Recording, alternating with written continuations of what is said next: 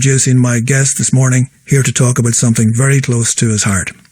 The UNESCO Child and Family Research Centre is based at a university in the west of Ireland, at NUI Galway, and it does some really amazing work in several fields, including the study of empathy. Now, empathy is not a word I heard very much when I was growing up, but it's now the subject of research across a vast breadth of disciplines and is seen as having the potential to promote peace, tolerance and genuine understanding. And a major part of the approach is to encourage the idea of empathy education in schools. The patron of the UNESCO Child and Family Research Centre at NUI Galway is Cillian Murphy.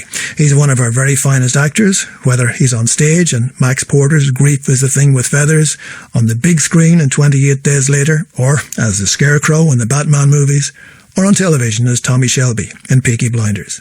And I'm very pleased to say that Cillian Murphy joins me now.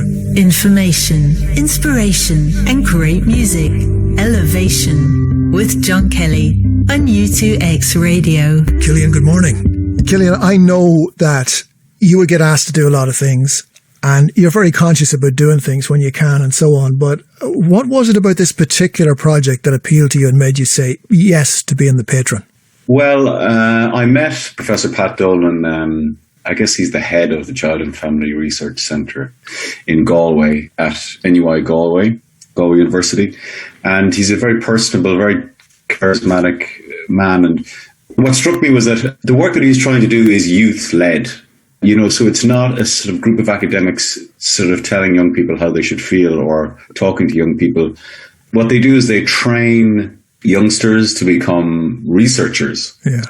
So they actually teach them about, bias and ethics and all of that. And they go out and they talk to other young people about topics that pertain to their lives and pertain to young people's lives. And then that research, they come back and they use that research. And then I suppose the goal is really to affect policy ultimately. And so it's young people that are gathering this research. And I found that very, very smart and kind of obvious, Yeah. So I just kind of help in a sort of a tangential way to try and promote it. And I've helped with the kids when they're making, they make these videos to help with this empathy program. But it's just a very, very caring and practical approach to the whole thing. And, as I said in my introduction, Cillian, empathy is not a word I ever heard growing up. I didn't hear it at school. I didn't hear it in the church. I didn't hear it anywhere. We didn't use that word. How would you define empathy? If you define it as against sympathy, because sympathy is effectively pity. I think empathy is about connection. It's about connecting with another person. And I think it's about trying to understand that other person's emotions, trying to experience them for yourself, trying to respond to them. Pat uses a phrase called activated empathy, which is when you make the decision to actually do something about, so you take sort of empathetic action then. I think that's the key really to it, is that's what the whole program is about, is I think every kid feels empathy. It's about how they show it and act on it, That's an interesting point, because I was thinking about this earlier, and I think, when I was at school in particular, we were taught to be kind. We were taught that by our parents. We understood the principles of kindness and all the rest of it. And I was wondering, were we empathetic by nature? Because even though we thought we were kind people, we didn't necessarily understand each other's problems or even be remotely aware that someone else in the class might have had a problem. And no one behaved in school as if your classmate may have had a struggle going on at home or something like that. We just didn't seem to know about it. I think you're right. But I do believe, you'll know this as a parent, and I have two sons they're teenagers now, and I believe kids, want to do good. They're naturally empathetic, but I think it's kind of teaching them how to act on that, or giving the confidence, to act on that. And, everybody will discuss social media, which makes everybody so unbelievably connected. And, our kids are connected on all these different platforms that you and I can't really fathom, but it's a very sort of superficial connection. And I think this program is about trying to get kids to connect in a kind of a more meaningful way. We've all met, I think, Cillian, those wonderful people who seem to be just instinctively empathetic. They're like that. They're the people you want to talk to, that you want to be with. They just have it. And yet, there are other people who don't seem capable of it at all. So while the empathy is something that you can clearly study and research, can it be taught? Can you instruct someone in the ways of empathy? Well, it seems to work. Like, the program has been trialled in Ireland in 7 different schools, and it's been rolled out now to another further 20 schools. And it happens in transition year in Ireland, which is kind of the year between the 2 exam cycles, the sort of junior cycle and the senior cycle. And what I found fascinating about it was the benefits of it, according to the research, is that there's a lower aggression amongst the kids. There's increased conflict resolution. And the most astounding thing I thought was that there's greater academic achievement from the kids that's probably no surprise, really, when you think about it. The amount of kids who've been distracted from their academic work by the sort of miseries that can occur in a school situation, Yeah, the program, it culminates in the kids deciding to make a social action of their own.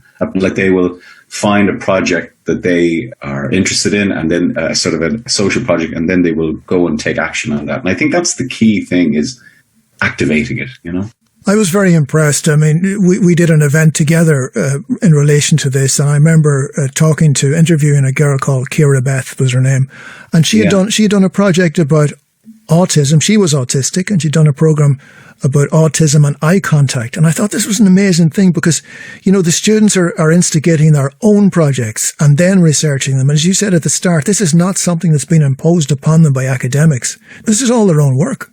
Completely, yeah. Yeah, she's amazing. She developed an app for autistic kids, or anyone, I think, who's autistic, and it reminds a person to keep eye contact, which I believe is difficult for autistic people. So, yeah, that's just one example of how brilliant the centre is and Pat's work is, and how useful I think this program can be. And given your profession, Cillian, as an actor, that empathy, I guess, and I don't know if actors call it that when you're rehearsing or you're first being introduced to the profession and so on, but there's something obviously very empathetic about performing as somebody else. You have to step into their shoes, literally.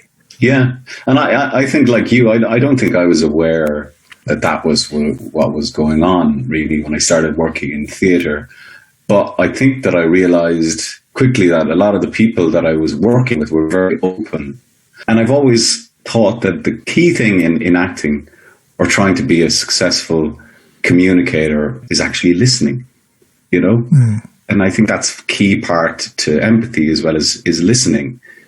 And sometimes you don't have to actually say anything, you just listen. And it's hugely part of performing and acting, is just giving the other person space, listening to what the other person has to say, and responding in a truthful way. Well, I mean, of course, listening is a rare enough skill too. I mean, some people listen, and maybe I'm guilty of this as an interviewer. Some people listen, but they're only listening for the other person to stop so they can continue. And I've seen actors. There are some actors like that too. I've seen them on the stage. They're really not paying much attention to what else is going on apart from themselves. I know they're not good actors, but it is a skill to be able to listen. Yeah, I think it is, and I think it's an undervalued skill, and not just in my profession, but generally. People will always talk about the person that's a great listener, and they will say, "Oh, she's a great listener," and it's such a powerful thing to say about somebody. Yeah, and that's empathy in action. That's what that is. I think it is, and then that's what's different. That's why it's different to sympathy. Sympathy you would kind of say, you might finish with, well, at least, At least that. Yes, it could be worse. Yeah, it could be worse, But empathy is something entirely different. Yeah. Well, but as an actor, when you think about it, you're called upon to play various characters, and the obvious way to look at this is if you're called upon to play an evil character, a bad guy, and you've played a few bad guys in your time, but nobody really in the audience wants to, unless you're at a pantomime, you don't want a completely bad guy. You don't want a cartoon character. So you have to, without judgment, I guess, understand that character. He may be a bad guy, she may be a bad person, but there might be a reason for it, and you have to explore all of that too. Yeah, that's very true, but I think you really have to depend on the writing. And if you have very good writing and a very well-drawn character, it's really unlikely that the character will be one-dimensional. The character will tend to have lots of light and shade. And what I love is when they are contradictory, because all of us are like that, I think. Well, I certainly am. Walking around carrying all these different thoughts and emotions in your head. And I think great characters are like that. And some of them are sort of just a magnified version of that. And that's why we appeal to them, because clearly you wouldn't want to meet them in person necessarily or hang out with them. But they represent something to us because they're struggling. This is good writing that I'm dealing with now. And you then try to interpret that best you can and imbue it with some sort of humanity. Do you know, as you say that, there are certain characters flashing into my head from movies I've seen over the years. Those complicated characters, Rocky Sullivan, the James Cagney film, and Scorsese's loads of his characters, all of them. And there is Jack Palance, these sorts of people. Although I guess he was probably a bit more of a cartoon character in Shane. Do you remember maybe, watching TV or watching the movies and being obsessed or really attracted to some character who was kind of nasty, wasn't a nice person? Well, I don't know if I can pick one off the top of my head. I think that in theatre, in literature, in film, none of the characters that we have grown to love are 100% infallible. They're generally anti-heroes because that's what people respond to more, Yeah. They make tough decisions, and sometimes they do the wrong thing and sometimes they do the right thing, and they have a dark side, but we all have that. And it's, like I said, it's just a kind of a magnified version of it. And I think, say for example, with Tommy Shelby, he definitely falls into that category. But I think the thing that audiences respond to in him is that his ultimate goal, I think, is probably a benign one.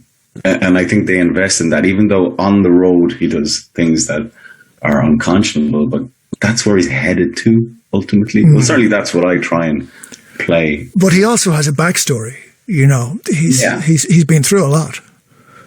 Yeah, I mean, the setup is that he's suffering from PTSD, which didn't exist there. I mean, they call it shell shock, and he's a completely broken man emotionally, and it's a wonderful setup because there was this other character that existed before the First World War that we never see.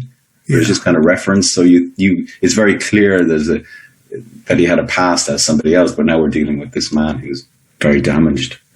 It's just the great thing. I mean, you know this better than anybody. It's the great thing about great theatre and great literature is that it does make you dwell on these things and think about these things in a clearer way. I mean, I interviewed a man called Brian Stevenson on this program recently from the EJI, and he's a man who works with people on death row and has freed a lot of innocent people. And he has helped people out who've been unfairly sentenced and so on. But one of his lines that I remember is he said, even someone who has killed someone is not just a killer. Even someone who has, robbed a bank is not just a bank robber. There's more to people. That doesn't define their entire humanity. And I know people, for many reasons that you could understand, mightn't want to hear that or accept that. I understand that. But people need to be presented, I guess, in theatre and literature with complex characters. And then you end up in this kind of circle of empathy because the actor is displaying some kind of empathy in his or her performance, and the audience are also being empathetic. Again, we never used this word before, but it makes sense to me now. Yeah, I think you're onto something there. And, even the whole process of being in the theatre, willing the thing to work. I've always found the theatre is so absurd and sort of fragile and can just collapse at any moment. So when you're on stage as a performer, you get the sense from the audience of goodwill, which I guess is another form of positivity, or can it be described as empathy? I'm not sure. It's all connected, I think. Well, Cillian, I want to just congratulate you on your involvement in this UNESCO Child and Family Research Centre. It's based at the University in Galway. Maybe a lot of people in the States mightn't be aware of NUI Galway, but it's a big deal, this, and they're doing a lot of Really, really great work, and I'm glad you're there sort of as a public face of it. So congratulations. Yeah, there's lots of information available online about it and about the empathy program, so I'd encourage people to have a look. Cillian, all the best. Thanks for talking to me. No problem, John.